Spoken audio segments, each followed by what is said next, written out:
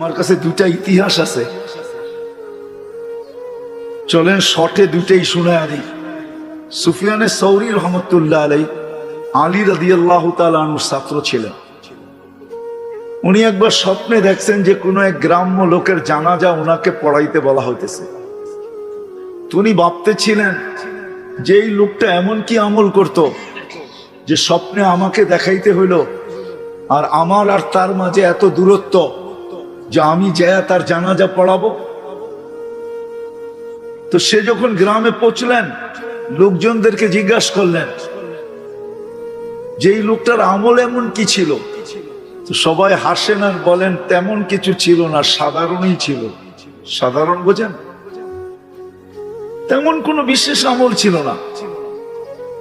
তো সুফিয়ানে সৌরি রহমতুল্লাহ আলাইহি ভাবতেছিলেন, সুফিয়ানে সৌরি রহমতুল্লাহ আলাইহি ভাবতেছিলেন যে সঠিক খবরটা এখানে গ্রামের লোকদের থেকে পাওয়া যাবে না, বাড়ির জিজ্ঞাসা করি।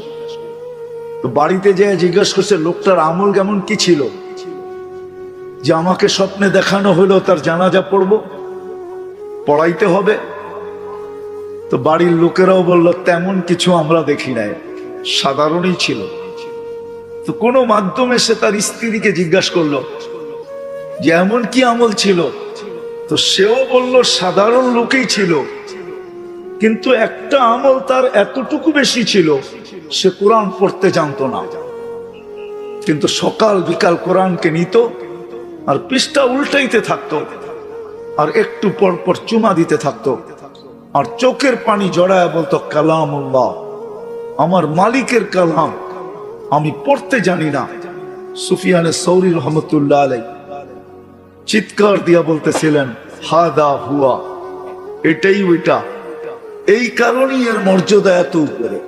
এমনও পাওয়া যায় মুনকার নাকির যখন আসবে তো কোরআন বলবে কাগজটা আমাকে দাও, আমি জবাবটা লেখা দিই। জিজ্ঞাসা করবে তোমার পরিচয়, তো বলবে আমি কালাম, আল্লাহর কালাম। এই ব্যক্তি কোরআনের সাথে অগত, এই কোরআনের সাথে এই ব্যক্তির সম্পর্ক ছিল, অগাধ সম্পর্ক ছিল। কোরআনকে সে ভালোবাসতো, পড়তে পারত না, কিন্তু সকাল বিকাল দুইবার হইল কোরআনকে নিত আর মহব্বতে চুমা দিত। পড়তে পারত না, কিন্তু সকাল হোক দুপুর হোক বিকাল হোক 24 ঘন্টার ভিতরে কয়েকবার না হোক একবার হইল 3 বার সূরা ইখলাসের মাধ্যমে পুরা কোরআনের সওয়াব নিজের আমল নামায় লিখতে কখনো বলতো না। এক শ্বাসও আল্লাহর হুকুম মানা ব্যতীত নিতে পারতাম না। শ্বাস প্রশ্বাস কাটটা নেন, টাইনা নেন কি আর ছাড়েন কি, টানি অক্সিজেন ছাড়িও, ঠিক না? ছাড়ি টানি পিওর অক্সিজেন, যখন ছাড়ি তো ছাড়ি দূষিত অক্সিজেন, ঠিক না?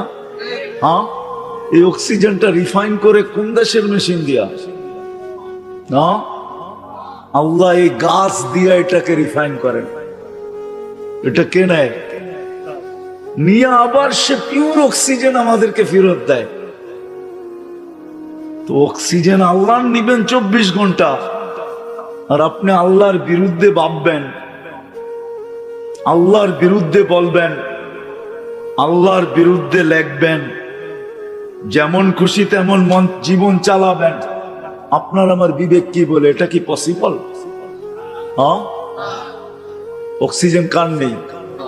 হ্যাঁ, পয়সায় না বিনা পয়সায়? হ্যাঁ, এখনো তো মনে হয় নেটের জগৎ থেকে মুছা যায় নাই।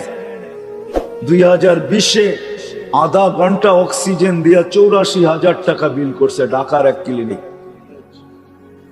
মানুষ এন্তেকাল হয়, মারা যায় না।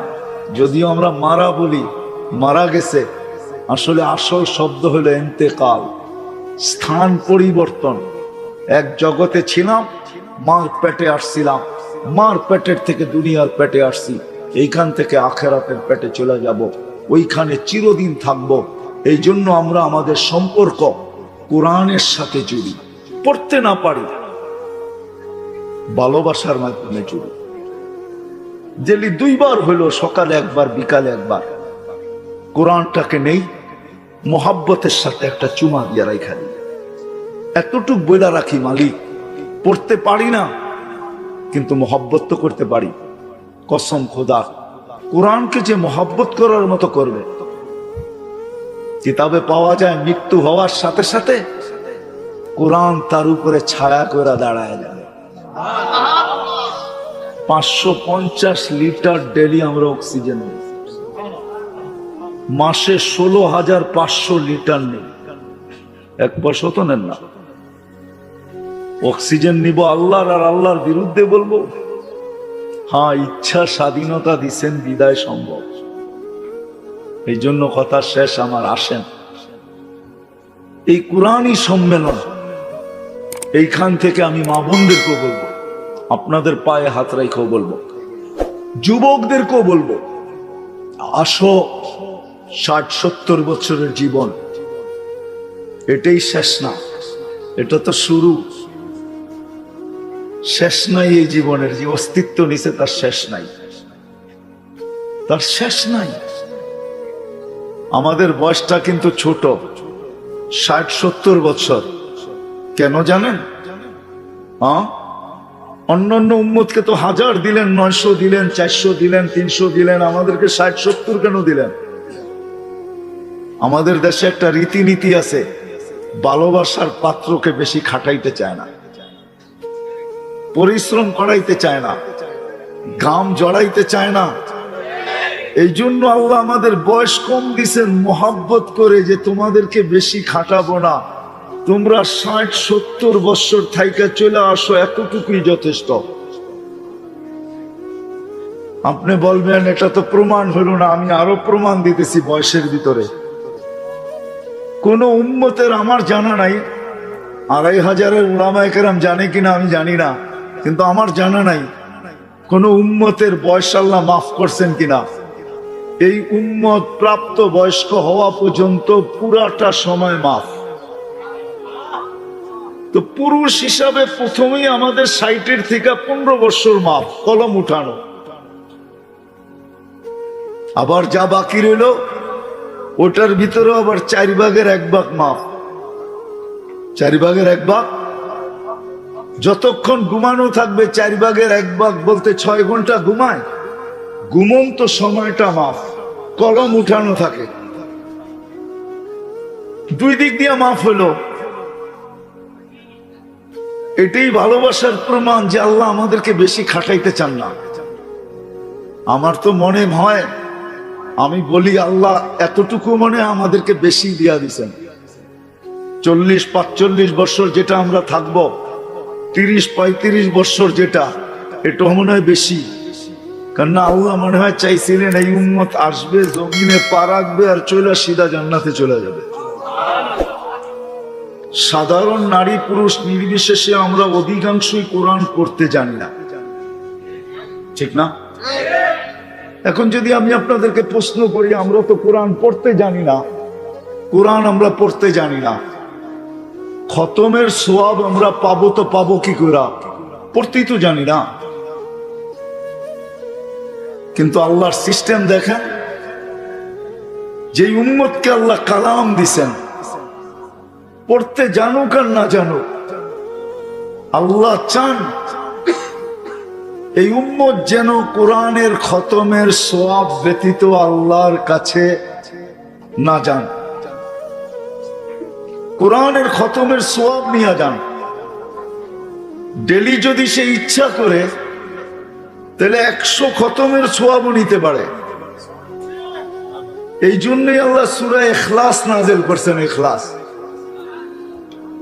3 বার পড়বে, 1 খতম কোরআনের সওয়াব।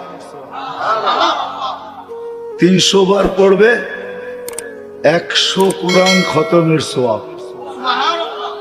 আর সূরা ইখলাস পড়ে না আমাদের ভিতরে এরকম কোন লোক নাই। আলহামদুলিল্লাহ, মুসলমান যে নর নারী হিসাবে সূরা ইখলাস সবাই পড়ে। কুল হুয়াল্লাহু আহাদ, আল্লাহুস সামাদ, এই সূরাটা আমরা সবাই পারি। 24 ইঞ্চি জিনিসে 36 ইঞ্চি জিনিস দেখানো যায় না, ঠিক না? কি বলেন? জিনিসটা যদি 24-36 ইঞ্চি হয় বা 48 ইঞ্চি হয়, এটাকে 24 ইঞ্চিতে দেখানো যাবে না। ঠিক আজকের মাহফিল বা আয়োজন কেরাত নাশিদ সম্মেলন, এটা যে কি জিনিস, এটাকে এইখানে বসে বোঝানো যাবে না, দেখানো যাবে না। কেন কোরআনের সম্পর্ক এখানে। কোরআন কালামুল্লাহ, আল্লাহর কালাম। যে আল্লাহ ভালোবাসা আমাদেরকে এই কালাম দিছেন। কোন উম্মতকে কিন্তু আল্লাহ কালাম দেন নাই, কিতাব দিছেন বটে, কিন্তু কালাম দেন নাই। স্বয়ং আল্লাহর কালাম। এই জন্যই তো আলী রাদিয়াল্লাহু তাআলা আনহু বুঝাইতেছিলেন, তুমি কি চাও যে আল্লাহ তোমার সাথে কথা বলুক?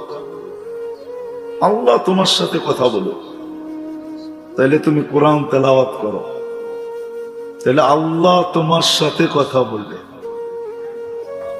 আচ্ছা, একটা ভাবেন, যদি এরকম চ্যানেল থাকতো, এরকম কোন সিস্টেম থাকতো যে আমাদের দেশের প্রধানরা আমাদের সাথে যখন আমরা চাবো তখনই কথা বলবে, কি কেমন লাগতো? হ্যাঁ, সিরিয়াল কিরকম হইতো? কেমন সিরিয়াল হইতো বলেন না?